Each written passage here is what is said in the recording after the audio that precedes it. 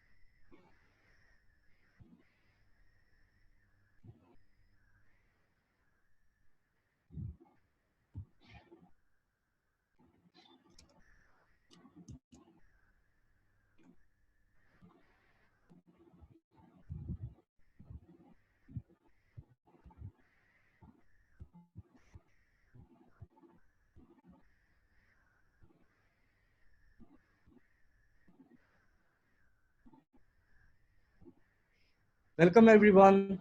We are just giving 2 minutes time to the late joiners. We are waiting for them a bit, and then we'll kickstart the session for today. Today's session is about singles in badminton, and we'll start in another 2 minutes time.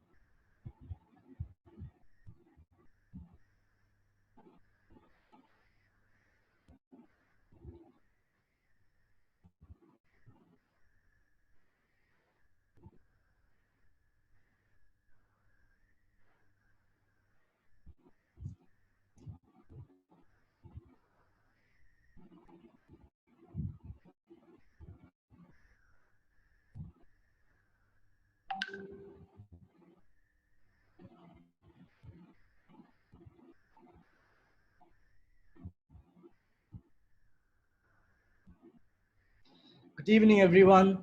Thank you so much for joining us this Saturday. We have the session. Today's session is about singles in badminton. Let me start by introducing myself. My name is Ronald. I'm part of marketing team at Playo. We also have Danish, who is one of the founders of Playo with me on the call. He will also be moderating this call. Before we start the session, there is few house rules we have to be careful about. One would be audio. Everyone should put their audio in mute and the video should be switched off. If you guys have any questions, you can put the questions in the chat section and we'll get them answered.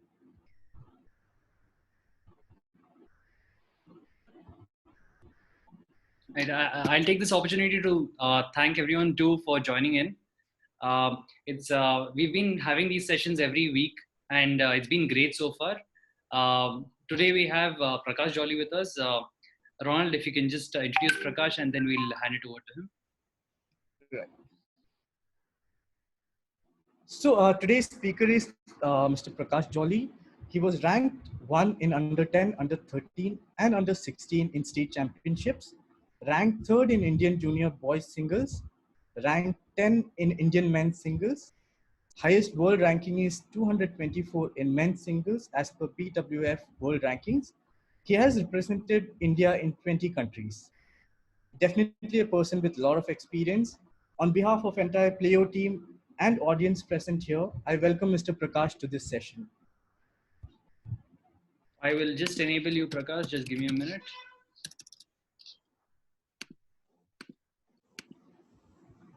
Is it okay?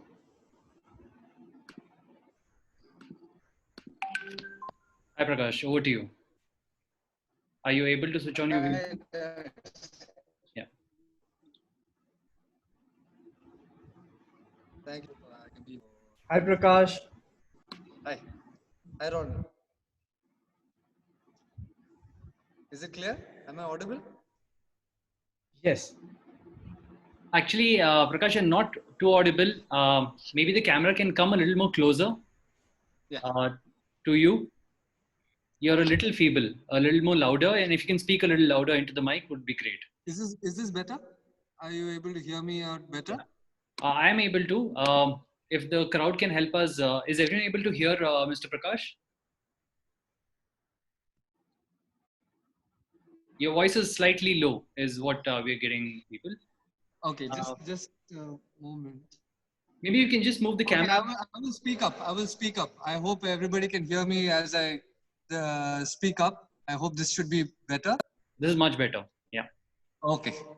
Sorry for that. I will make sure I will raise my voice a little bit for everybody's benefit. So today, shall I continue, Ronald, or are we having any listeners?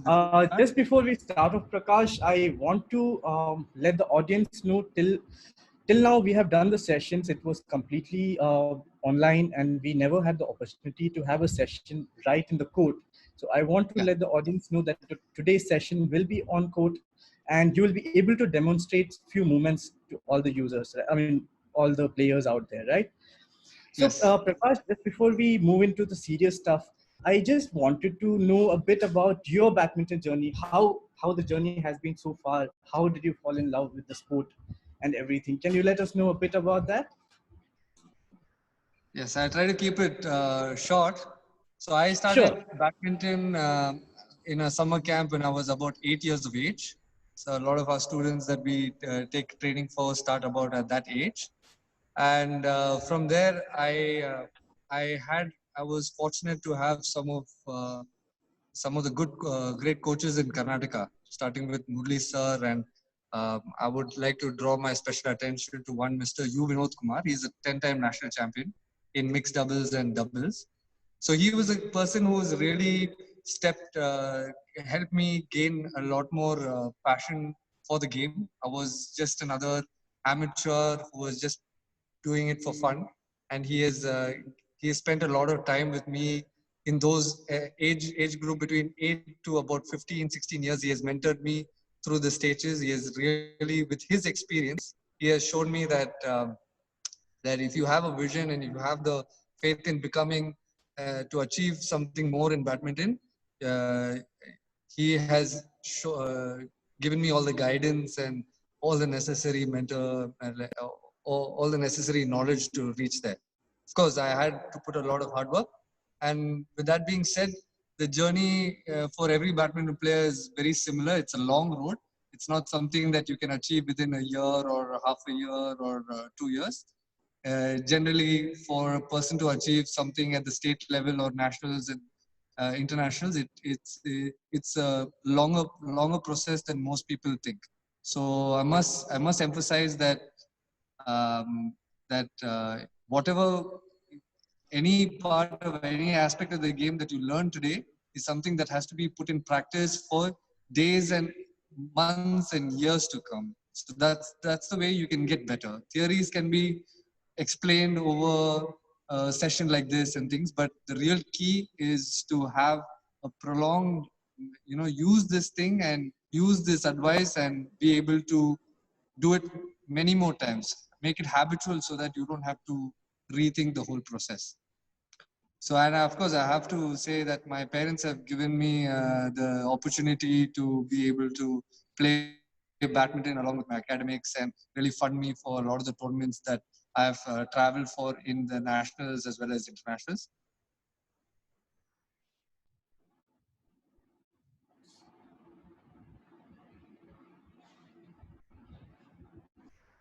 So the player is just one aspect of the whole performance of a player.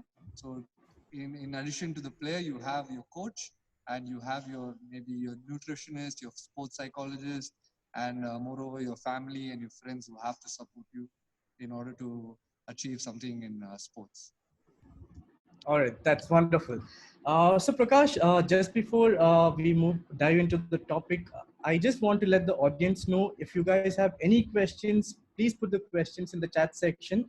We'll answer them during the discussion when we move forward.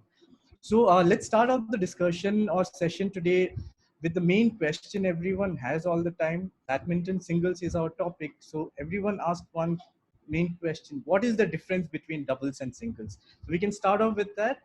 Over to you, Prakash. Okay, thank you, Ronald. Ronald, I will explain on court better. I think I would be more comfortable by showing everything that I would like to show on the court. So maybe the first thing I would like to draw to everybody's attention is the singles and doubles.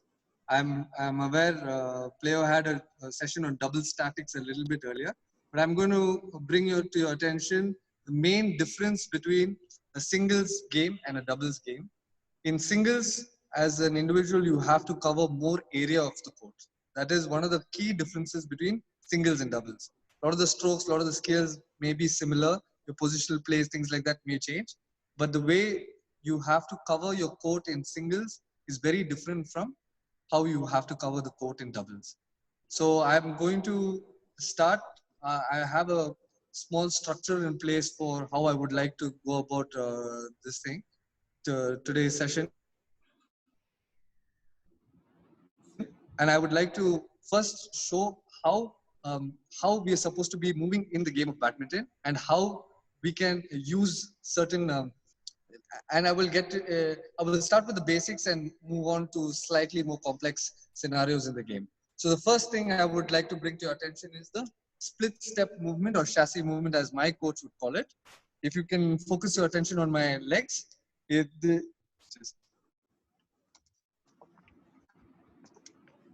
so as an individual, many of the times, many different schools of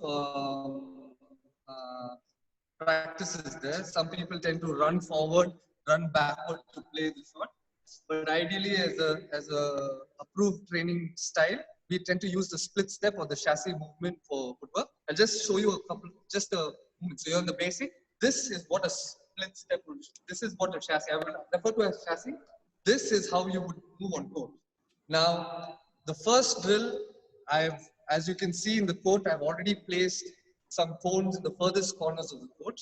These, as you see, the furthest corners of the court will be my forehand front, backhand front, the rear of the forehand court, and the backhand court. So I'm going to, if we can master ourselves to achieve the longest distances on the court, all the in-betweens should get fairly simpler. So let me just show you how I'm going to cover the extreme front of the court. I'm going to demonstrate it with my first drill. Prakash, I'm just going to interrupt you for a minute. Just going to check the audio. Is everyone able to hear Prakash? If you can, okay, great. People can hear you. We cannot avoid the echo because we are inside a badminton court. We're sorry about that. But I thought it may make more sense to do it on the court. Definitely, definitely. Also, Mr. Prakash, they're asking you to just hold the camera a little more still. Okay, sure. Right? And your voice is clear. I mean, okay. So the first one I'm going to show you is how I'm going to use my chassis footwork to reach both the corners of the court, the front, and next we'll be going to the side and thereafter to the end. So I will explain here, but I will show it to you in action as we. I'm not doing this with the racket. I'm not going to be using the racket. I will do it second with the racket. I would like to show you the difference between a footwork and a shadow play. This is only footwork. So for footwork, I'm in the set of my base position. I'm going to be chassis, touch the court, coming back. I tend to do this in two steps. Backhand, coming back. Now, I would like for most people to understand that many amateurs out there. In the backhand side, notice how I use my right leg, my leading leg. For a left-hander player, it would be the left leg. I'm a right-hander, so this is my leading leg. Always my leading leg is the last part of the action. Similar. Watch me on the backhand side. I chassis and I turn with my leading leg and I push back with the leading leg. So it's important that on this half of the court, you always use your right leg to stop and get back. It's very important to notice that. Having said that, I'm just going to show you the same thing in the sides. We're going to go chassis, forehand, back, chassis, backhand, and back. These are defense positions. Of course, you can play attack from here. I will get to that in a bit. The same thing, I'm going to go for the rear end of the court. It's going to go like this. Chassis, forehand, back here, chassis, backhand, back here. So this is our first drill. Now I want to show you the same thing holding the racket. Now this is the first drill. Now I'm not going to show all the four corners. We'll just probably do just the front and maybe the side, just to understand. So as I'm doing the footwork, I am playing the shot. I am visualizing that I am playing the shot. That's very important. This is called shadow play. Footwork with the shadow. Footwork with your action. This is called a shadow play.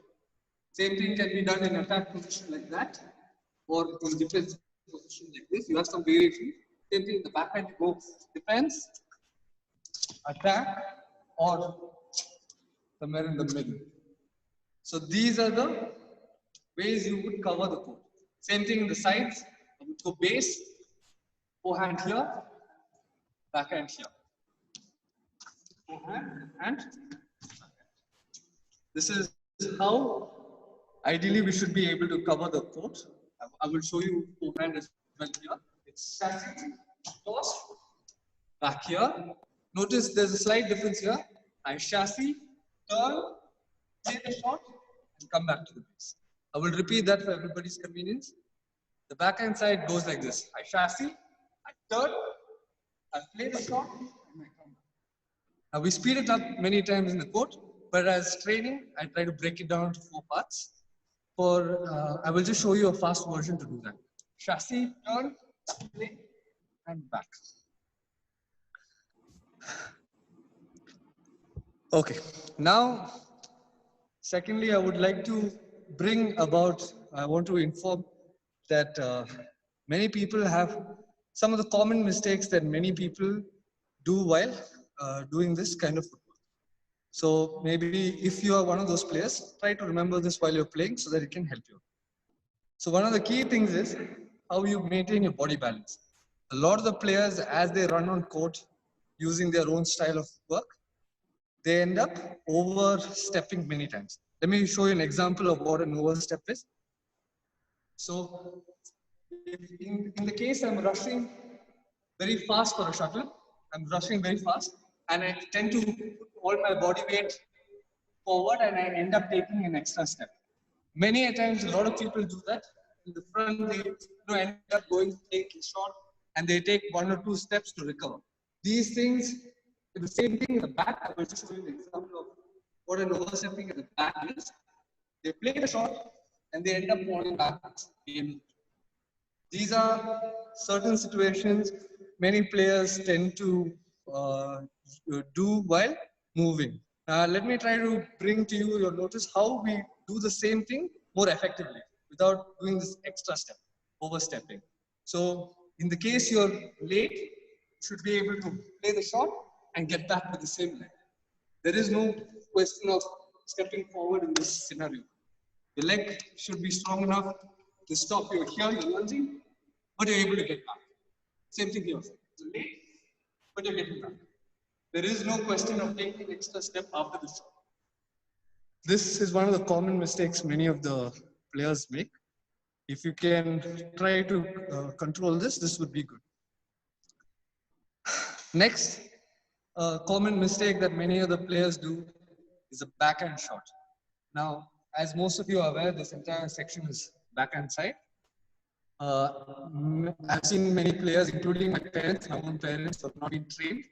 The first reaction is if they're comfortable to play the shots from forehand, they have a tendency of hitting all the shots, backhand side shots with the forehand. Many people tend to play like this, and here, and here, and here. Now, although you might win that rally or something, but in the long run, this is it's a flaw in your hand action. So my advice to you is to go backhand. It's a little different. You turn your body, use your right leg instead as backhand, and play all the shots with you. Now, this particular skill, it does not come in theory. I would like for you to try this many times on court so that over time you will be able to perfect. So there is no question of playing any of the shots like this. It's always backhand. Anything on my left side of the body will always be a backhand shot. This is a couple of shots in the backhand. You can catch it in different positions. Now the third thing is how you would stand in the center of the court. Ideally, when we teach every person, it's always your base position is in the center of the court. It's about roughly 3 feet from the tee line there, and about 8 feet or so from the back line there. That's exactly where a center would be, the center of the court would be. So in this position, many of the players tend to have a very lazy, laid-back posture like this. A lot of them standing upright or their rackets down and so on. So if you would like to take advantage of every single millisecond of the game, you would want to be explosive in your movement from the center towards any part of the court. So therefore, you would stay a little bit in some sort of crouch position. The center of gravity is slightly low. The racket is up here, so that you're ready for any of the shots. It's very similar to how if you were to be a kung fu artist, in combat, you would always have the crouching position. Very similar to that, badminton is always, you have your position here. This would be the ideal way to approach every shot. Before every shot, you should be in this position rather than being laid back. So try to use that, incorporate that in your game. The next thing is the contact point. Now, I cannot emphasize more about how important it is to catch the shuttle at the earliest. Any professional player or any player for that matter knows that catching the shuttle millisecond earlier than, the fastest you can is the best possible scenario on court. So keeping that in mind, I just want to show you some great point of contact. Let me just show you in the front. So this is an ideal contact point, almost at the same line of the net here. This is a good contact point. If you manage to catch it here, that's excellent. But I would say you should use less energy to try to get shots here. Try to maintain a kind of center of slight sense of balance. Like you should be here in control. This takes least amount of energy and it will help you last in the rallies to come. So it's important that you don't move straight and take it here or move side and take it inside. The common mistakes like that. You go side and you end up taking the shot here while your full potential is right here. This is where you end up taking the shot. This is how much you can take the shot. If you'd like to play the shot here, That makes your job a little more easier. So these are small details, but of course comes only with practice. So you're here, or you want to go here and play this, that's also wrong because your body is out of balance. You're going to go like this to play the shot. That's one point of contact. Same thing I would like to bring in the backside of the court.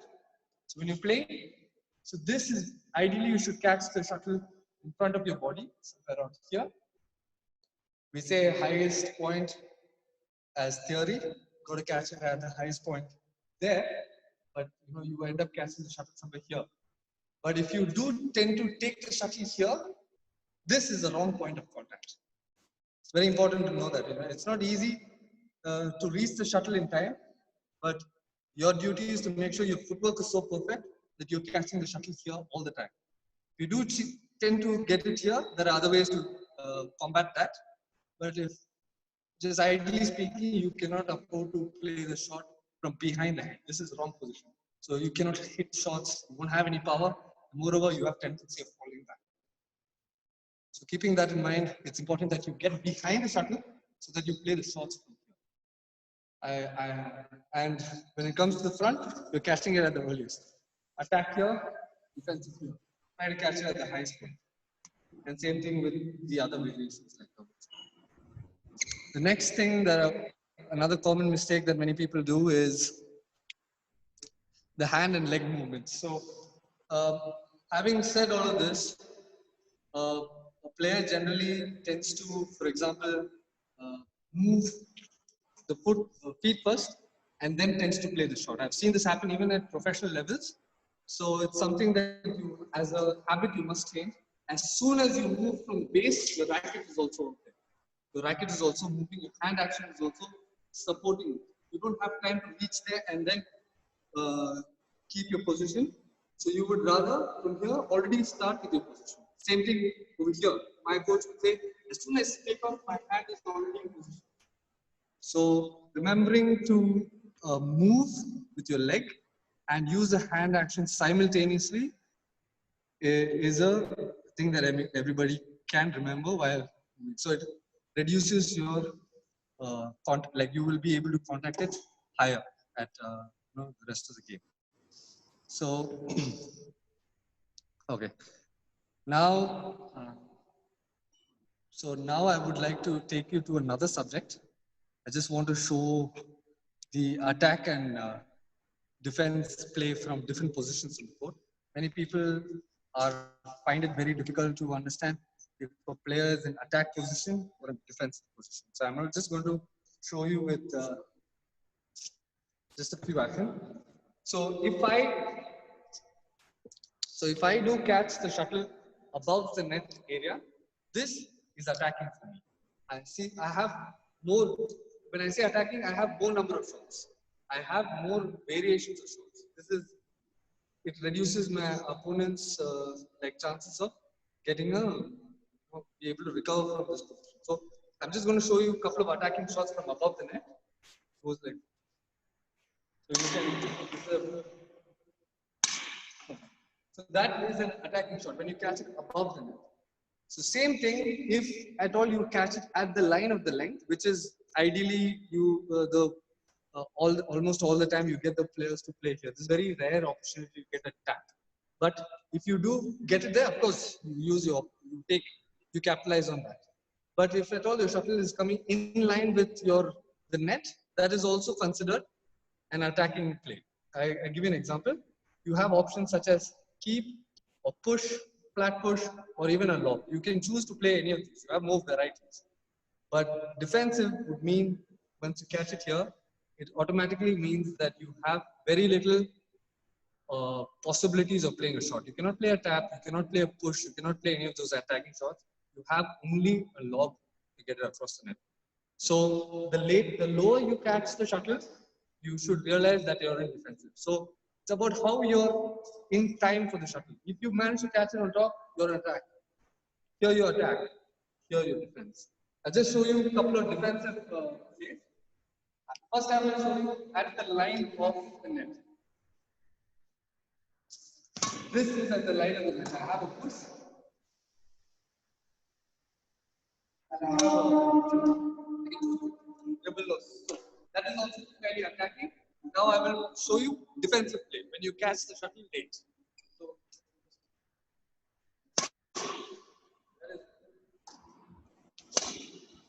this,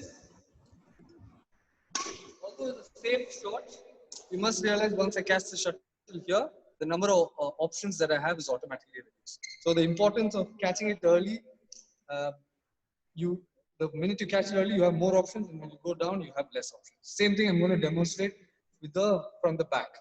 How catching it early can give you more options, while catching it late can give you.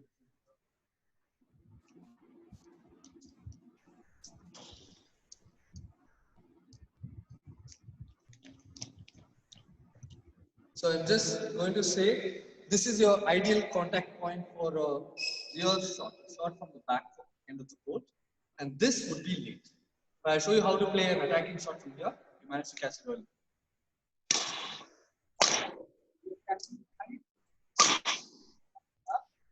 You have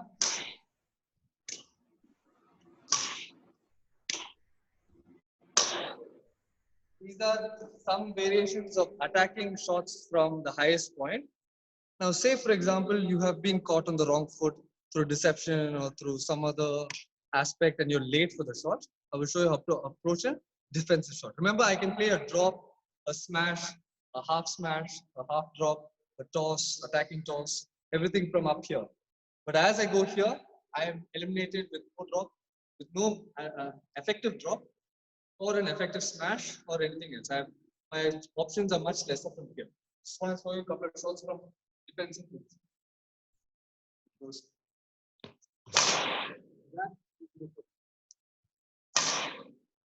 is slightly different.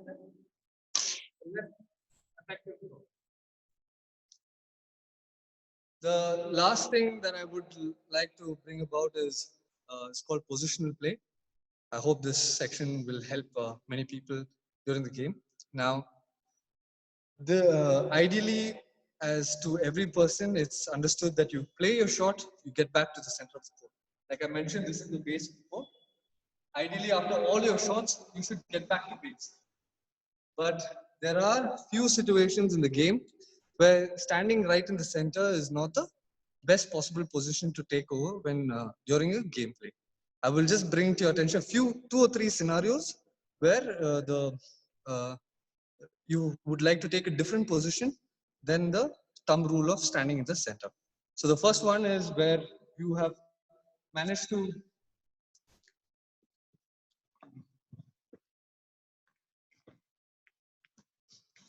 So I happen to catch the shuttle very early and my opponent is late for the shot. So I'll just show you the first shot I played.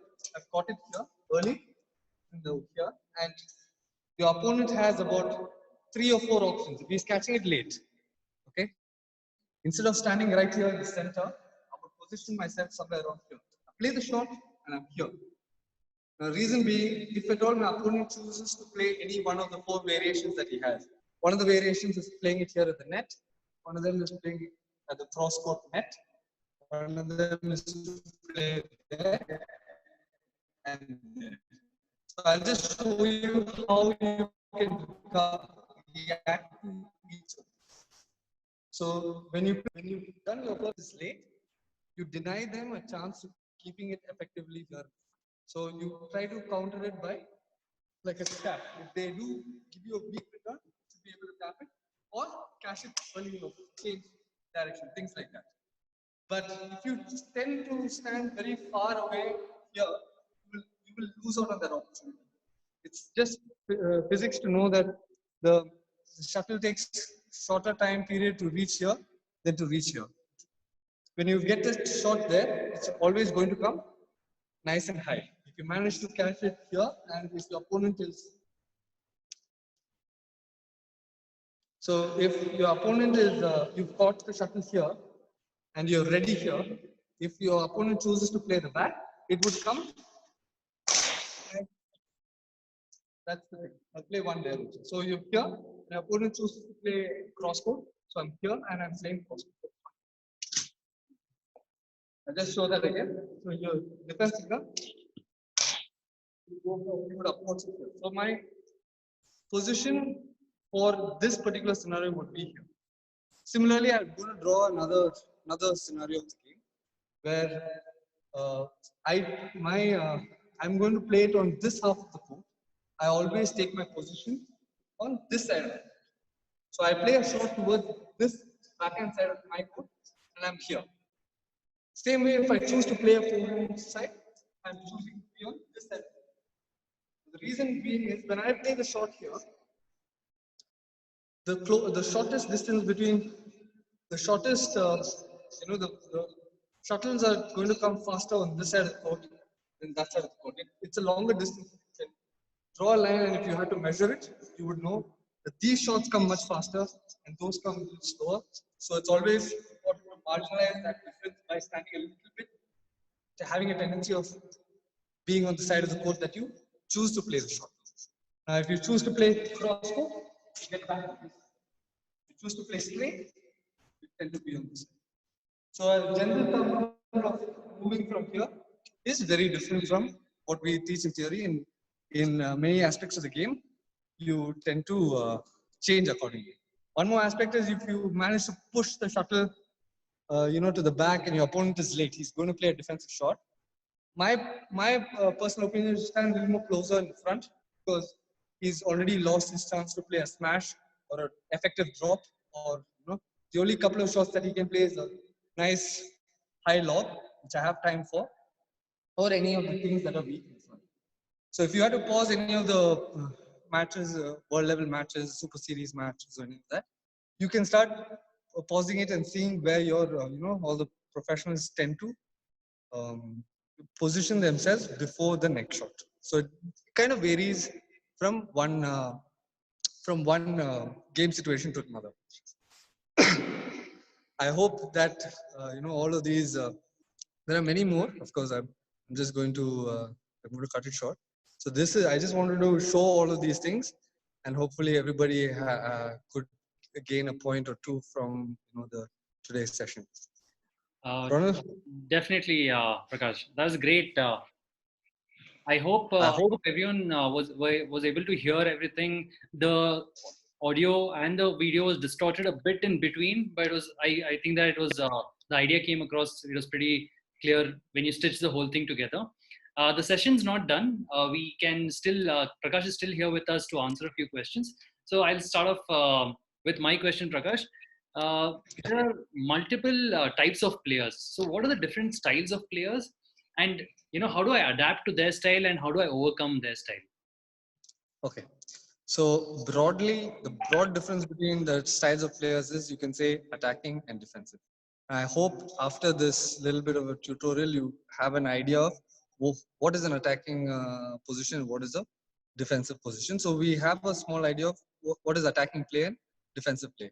So broadly classified, many players are one of the two. They are either attacking, meaning they are always in position to play a lot of downward shots, which they make use of, or they are confident of retrieving all the shots rather than going for anything. They're okay with reaching the shuttle late, but playing it safe.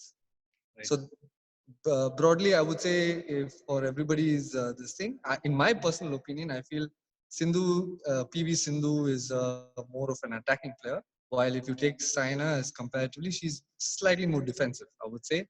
Don't want to take credit, and there's nothing wrong with being either attacking or defensive. Now, if you were to play an attacking player and you're finding it very hard to keep up with their speed and things, some common tactics that general players would use is to really use the height and length for any of your shots. So you're in positions that you're finding it very difficult to keep up with the pace. You've got to slow it down. So that's the term to use. You have to slow down their pace, and how you do that is to really make use of the length and height of the court. So any of the shots that you play from the front, give it extra length and height. As long as it's going to the baseline, the very end line, it's okay. You're still in position. So you slow it down by giving them enough of height. You're getting back to the pace. That would be one of the best tactics from letting them overpower you with their speed, and you're not able to find time to react to any of that. If you're playing against a defensive player, I would say, and if they are strong in their defense, I would say do not sometimes if they tend to slow you down, do not always try to use every opportunity to finish the shuttle. That's something very common in many players have seen, that the first opportunity they get to smash, they go for a smash. Remember, in singles, a drop can be very effective. Half attacking toss, or half smash. All of those can be very effective. It's not just a smash. So I would say the number of attacking shots that you choose, you can reduce it, so that you can save your energy. So that if you're playing a good defensive player, you're going to be drained out of your energy resources if you're going to continuously put a lot of pressure as an attacking player. So these are just the common things. Of course, in attacking and defensive, there are various styles. Sometimes you may have to adopt more than that. So this is just a broad rule, broad rule for everybody who likes to play an attacking or defensive player. Awesome. Great, Prakash. So we have, just summarizing the points, we had body control, we had, the contact point, we had backhand, making sure you contact the shuttle properly rather than this way, go this way. Then getting under the shuttle in time and contacting at the highest point possible, and catching the shuttle early, right? So just summarizing everything. And so we, moving on to the audience questions. So someone's asking us if you can focus a bit more on the grip. Grip, sure. So theoretically, I'm just going to take my attention to the grip. So theoretically, we have about 3 or 4 styles of grip. Many people tend to address them differently, but there are some official terms for it. I hope you can get it. It's not easy to show it, but the first type of grip would be a V grip or a shake hand grip, where you're placing your, palm, your holding the racket in a way that shows this V here. So it's very important to know that there's a V here. This is called a shake hand or a V grip. Same thing, there is a slight difference. It's called a thumb grip, where this is mainly used for forehand. Same thing you're going to use for the backhand is a thumb grip, where you tend to shift your weight onto the thumb. You're going to, if you can focus on this part of the racket as well. So this is the head, and you put your pressure from at the back here. So this is called a thumb rule. So a thumb grip, sorry. The third thing is the corner grip, where you place it over here in the corner here. And these are for very selected shots. Now, personally, I'm not a big fan of this particular grip, which, theoretically they use it for high backhand smashes and things like that as a corner grip. But personally, I have a tendency of using a thumb grip.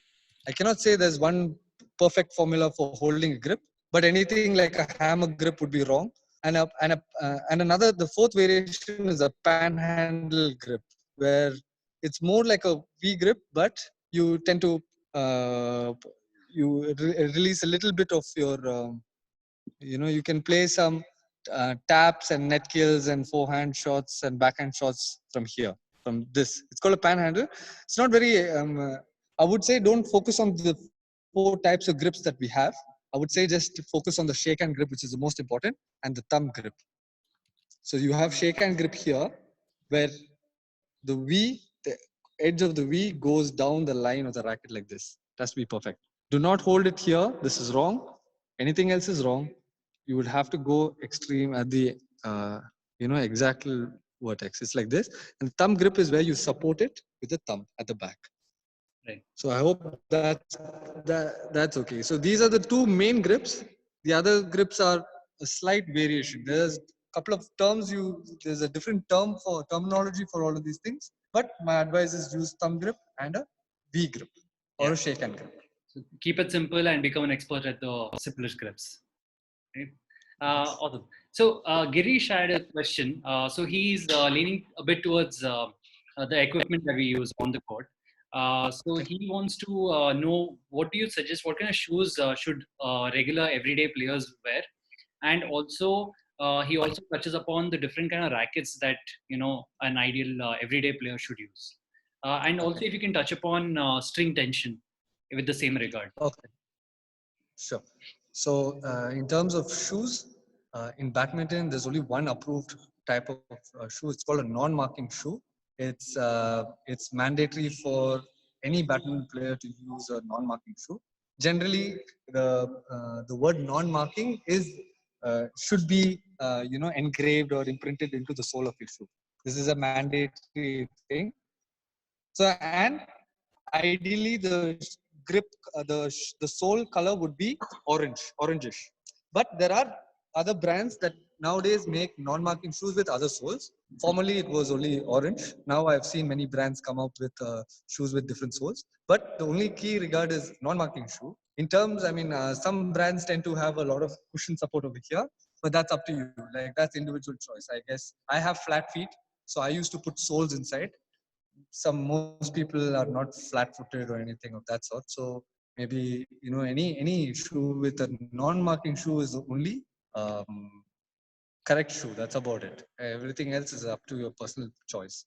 When it comes to a racket, now personally I don't endorse any model or any brand as such, but there are some things that each player has as a priority more than the other players. So this in particular, my racket that I use is an even balance racket. Tendency, so I'll just show that some people like to play with an even balance racket like myself. Some people, doubles players, I've noticed they like to have a head heavy racket. The head is heavier while this part of the racket is slightly lighter, and the other end is the head light racket. So there's three variations. So you have an even balance, you have a head heavy and a head light. That's the three things. So there is no one formula for the right racket for any individual, or for singles or doubles or attacking or defensive or nothing like that. It's up to each person's choice to have to choose any of this. But in terms of tension, I would say that generally around over here in the racket, at this point, mine is covered because of the grip. But at this point, there is a small marking that shows the capability of tension that each racket can withstand. So generally, it's about 24 lbs. It will be the unit is lbs, which is pounds. So when you have to tell somebody that I would like my string tension to be 24 pounds, that's what you mean. So they would write, your maximum strength that your racket can take at this part of the racket. So some of the more expensive rackets are able to take tension that is 30 lbs and 28 lbs. Personally, I play with around 30 pounds.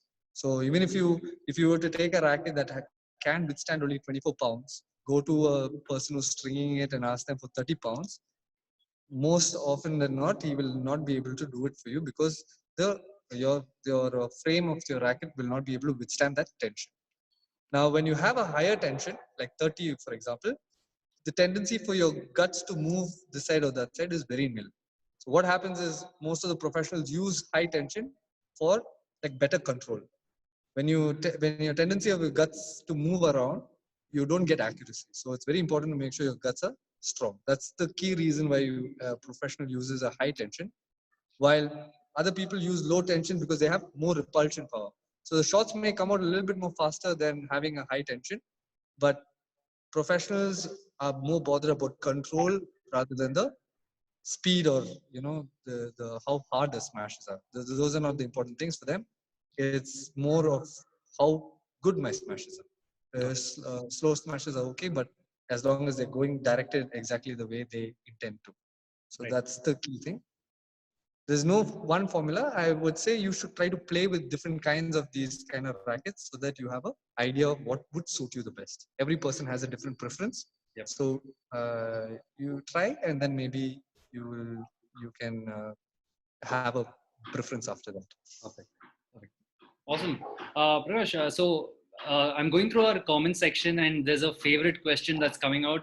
How do I improve my high backhand toss, right? The smash at the back line of the court, on the backhand side, how do I improve that? How do I return it in the best way possible? Okay. Maybe you can demonstrate it or just explain it too. Sure. I'll just demonstrate a little bit. So the thing about the high backhand, on my backhand side, so this particular shot right here is the least recommended shot. It's a defensive shot. There have been very few players in the world who have converted this end to an attacking play. In badminton, one of the players like that would be Taufik Hidayat. He's from Indonesia. He's a former world champion and Olympic gold medalist. You see some of his videos online. we're not of the greatest quality, but you can see that how we can play attacking shots from the high backhand side. Personally, I don't recommend that you go for a high backhand shot. Only when it's needed, you should go for a high backhand shot. Otherwise, always try to get it over here, up here. Now, I will take one moment. I'll break it down to smaller parts for everybody's benefit. Okay. I'll just take. If you can come here. Okay. Imagine my shot is going in this direction. This is where it is. There are two ways to play the shot. If you're too late, you go high backhand, and if you're early, you play overhead. Now, I'm before that particular shot, I'm in the base. I'll show you from the base how you approach that shot. Okay, this is fast. I will teach you it. I will break it down, but you will have to do it really fast in order to reach the shot. Okay. The first thing I do is from the base, I draw an imaginary line towards the end of the court. So I'm going to draw an imaginary line here towards the end of the court. Okay. All my footwork is going to be on that line. Let me bring to your attention. Watch this. Okay, so I'm the base. My first chassis movement is here. My second movement is here. It's still the same line. And I'm taking position. Third one is here. So this is our. I'll just do it again. Prakash, we couldn't hear you there. Would you mind explaining that once more? There was a slight lag in your audio. We couldn't hear you. Can you explain that once more? Sorry, I will do that again. So I hope everybody's clear about drawing that imaginary line. So this is just an indication of how you must move on the court. Okay. So you have one line that is drawn towards the path of the end of the court. So I'm here in the base. My first footwork is the chassis. It's like this. My first chassis. The second one is where I turn 180 degrees like this, but on the same line. It's very important to notice that you have to be on the same line. And then the third one, after I take position, is to play the shot and almost be on the same line as well. And the fourth one is to return to the center. This is one way to approach an overhead backhand shot. Now, say for example, I'm late and I have to go defensive and I have to go high backhand. This is how I would do it. So the first one still remains the same. It's one. Second one, instead of going this way, I choose to go this way and be here to play the shot. So this is how I would go for a backhand and then get back to base. So the difference is the first one is always the same and the fourth one is the same. So from here, the difference between the overhead and a backhand. Okay, this is a high backhand, the late shot, back, overhead here. So ideally, you should be playing an overhead shot, but if you're late, you can go for a backhand shot. Now, if you want to know exactly how a backhand shot is done, theoretically, they say point your elbows towards the shuttle. Very important to know that you place your elbow towards the shuttle, and then you swing only this part. You use this momentum and your wrist, and I have a tendency of using a thumb grip. Many people use a corner grip. So I'm using a thumb grip. I'm going to get my arm here and try to do that. Now, you will not see the exact you will not see it broken down when you see professionals play. But theoretically, you start here. And as you keep practicing it, you will find your version of the best, the most effective footwork or the most effective way to get your backhand shots. Awesome. So I would say this is a lazy shot. Don't use it in the game if possible. Right. Try to get it overhead. There's a few players who've converted to attack, but that's just a hand few. And if you are one of those, you can use that style. But as I'm not one of those people. I tend to go overhead as much as I can. To reach an overhead shot, you must be fast. So it takes more work. It takes more effort. Unlike a forehand side there, backhand side is much more difficult. You have extra 1 or 2 movements. So you got to be really fast on your backhand side. Now, personally, if you are a weak player on this side, always stay onto the side that you're weak, because you can reduce the amount of time that you take to react to those shots. Yep. So that's something you can learn over. Awesome. Prakash, we'll give you a minute to take a sip of water. You've been running around the court and been talking a lot. Meanwhile, if the people out here can, give a shout out to Prakash, thank him on Instagram. I'm sending you his Instagram ID out there. So do tag him. And Prakash also, runs a venue. It's called Play Plus, closer to Whitefield. It's a brand new venue that's opened up. If you're around once the lockdown's done and things back to normal, you should definitely head down there. Right? So Prakash, we'll take a few more questions. You can let us know if you think we're stretching the session a bit too much, because I don't want to end the session personally. I'm having fun. I'm sure everyone else is having fun. But I love being on the court. Awesome. So we have a question from Ajay.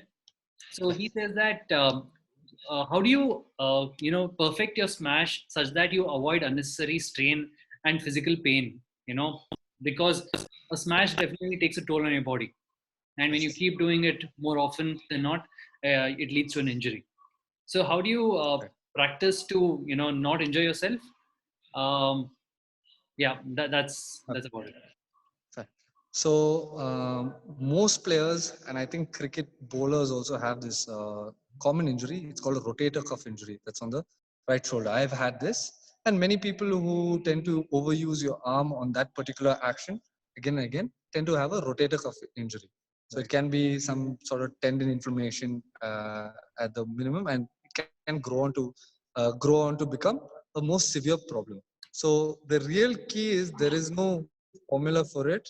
The best thing is to strengthen your arm. You should make sure that your strength for your shoulder is very important, because even after you get injured, the the only way to recovery is strengthening in many aspects, unless you're taking a cortisone steroid or you don't want to be taking surgery, because all those are not really your options. The best and the best bet of strengthening, getting a good smash without injuring, is to strengthen your arm before you can overuse your thing.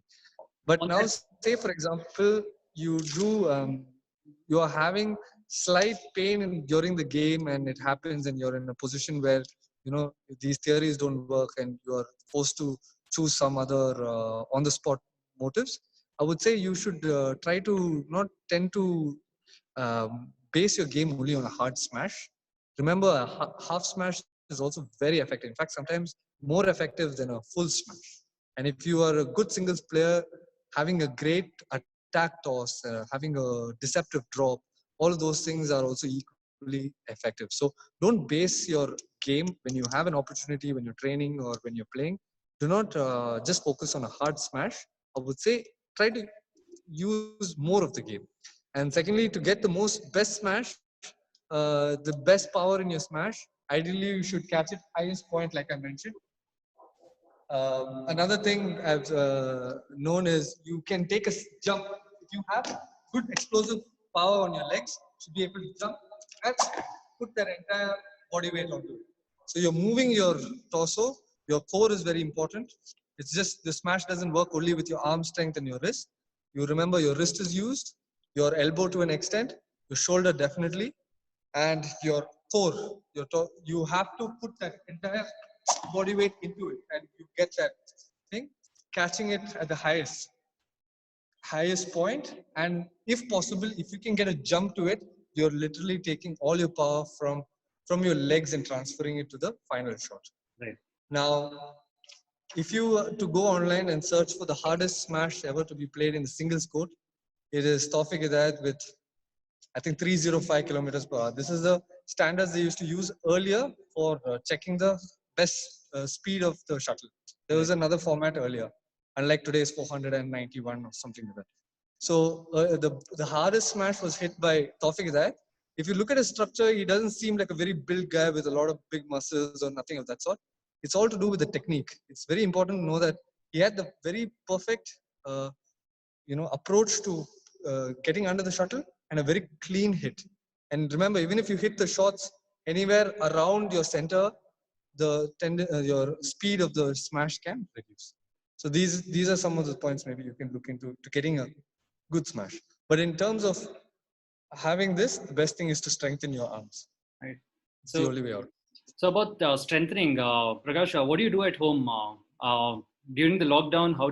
What are the drills you do to strengthen yourself? How do you keep yourself healthy, and what do you eat?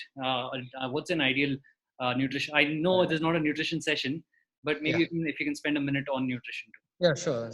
So lucky for me, I'm part of my family genes is I have a very lean structure. My family, my genes, my father and my grandfather and so on always had we don't have a tendency to put on weight. I have a high metabolic rate. So many people, on the other hand, they tend to put on weight very easily during a lockdown or something. You know, if they have to sit idle and not be able to work much, they tend to put on weight. Personally, I feel very blessed and lucky that I don't tend to put on that kind of weight. But knowing players who've had that kind of tendency, the only way is to many people have they cut down fatty foods, maybe a lot of ghee, a lot of sweets, and uh, like some other things they would all the snacks and packed food, processed food. Right. They tend to be off that. I personally, even if I don't have a tendency of eating all of that, but lucky for me, I don't have any issues personally. If I was to speak for them, I would say constantly work out, eat well. I would never say eat less or take in less calories. That's not my method of saying. This is just a personal opinion. I may be completely wrong, but eat well, but work harder. Right. And that's the best way to keep healthy. So don't worry about the intake of calories. If you like something, I choose that. If you're not overdoing it, I don't think it's a crime. This is just a personal view, but try to put effort. And how I keep myself fit in the lockdown, I say with minimum equipment here. I have blessed to have a court here, so I can come here. But for many other people who have a home, for arm exercises, I would use TerraBand. Of course, it's not easy to get a TerraBand today, but use your body weight. Even regularly for children below 15 years or even adults, I don't recommend lifting weights in the gym or nothing of that sort. For badminton fitness, you can use a lot of exercises on body weight. I don't want to show everything. I'm sure on the internet, if you can just put in body weight exercises or something, you should be able to get many of them. Sure. So hopefully you can use some body weight exercises at home and strengthen different parts of your body. And if you do have a TerraBand or a skipping rope confined in smaller spots, you will be able to use more varieties. But in terms of your shoulder injury, use a TerraBand. TerraBand is like a resistance workout that every physio recommends. Right. So have a TerraBand with you if possible, on a regular day. It can be used in situations like this. Awesome. Great. Along with the exercises that Prakash is mentioning, Playo is doing a 10-minute drill every day on our blog. So if you do need to check out a workout plan for yourself, you can head to the blog.playo.co to find out some exercises that you can do at home, specifically targeted for the lockdown, right? Prakash, it's been great. There were a few questions which we weren't able to answer because of the shortage of time, but we know we will be getting you back. We will save these questions to get them answered by you again. So thank you so much, Prakash. And if everyone loved the session, I'd like you guys to type smashing in the comment section so that Prakash knows. Please show him some love because he spent a lot of time on us. And there you go, Prakash. You can see the people showing you their love, showering you with their love. Yeah. Thank you so much, Prakash. It's been great. Looking forward to having you again. And don't forget to tag Prakash on Instagram. It's Prakash Jolly. That's his Instagram handle. And also do tag Playo and Play Plus. Thank you so much, guys. It's been amazing. Have a good day. Stay home. Stay safe. Thank you. Thank you.